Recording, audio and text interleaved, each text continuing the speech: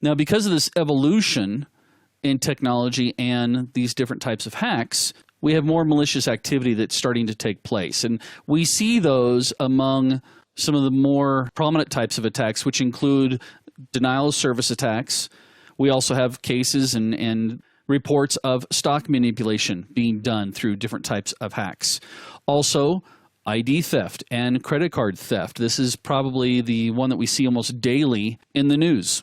In fact, we all know that there are companies that have made their whole business by protecting you from these types of hacks. Piracy. Yeah, a lot of people don't consider piracy a hack, but think about this one. Your goal as as an attacker is to possibly take away or get back at the man. And we'll talk about some of the motivations a little bit later on. By taking software or even hardware, as a matter of fact, we can even talk about privacy at a more material level, such as knockoffs or, purses. You go to New York, or matter of fact, I was in New York about a year ago, and as I'm walking around, I have a guy come up to me and go, "Psst, Rolex." I'm like, what?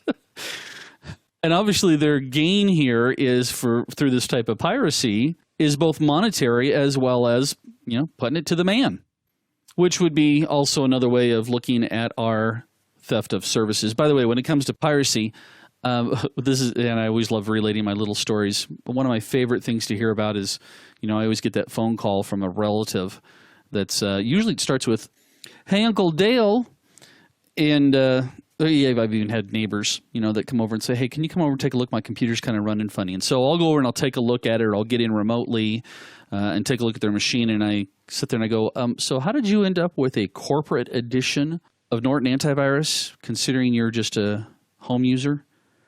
And they're always like, "I got it off from a friend." Yeah, and usually you find out it's a pirated version. I'm like, yeah, that's the one thing you want to do. Yeah, let's download pirated software that's designed to protect your system. You don't think that's an issue? Or maybe by chance, if I was a smart attacker, I'm going to go through and create a version of this software and attach my own little back doors and hope that you torrent my software, my version of that software, and install it. So all these examples actually attract the attention of the criminal element.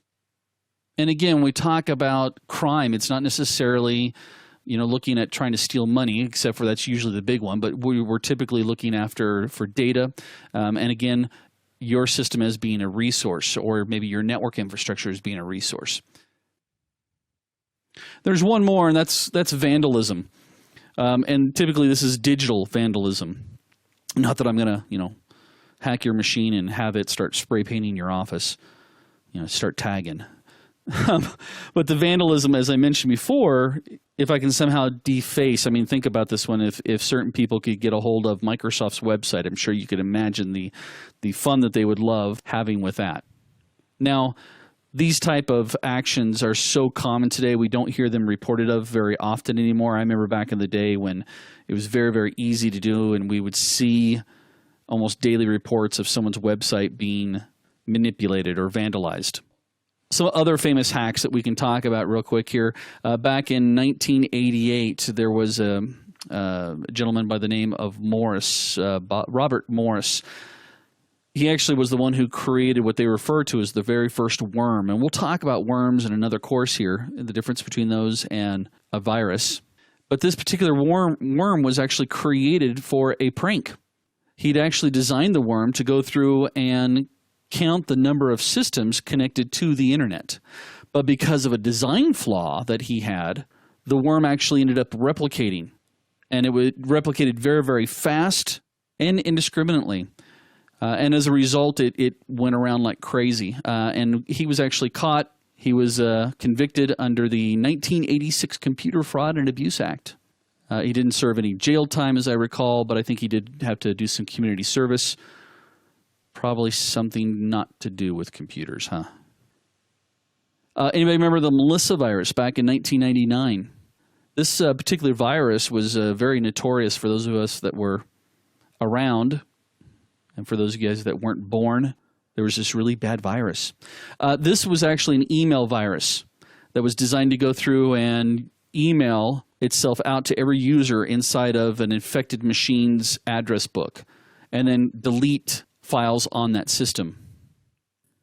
Probably the most common ones that we hear of today, or the cases we hear today, are either being done by Anonymous, which is a huge hacking group that's typically attacking businesses as well as governments, as well as LetSec, which they've actually gone after news sources such as CNN, Fox.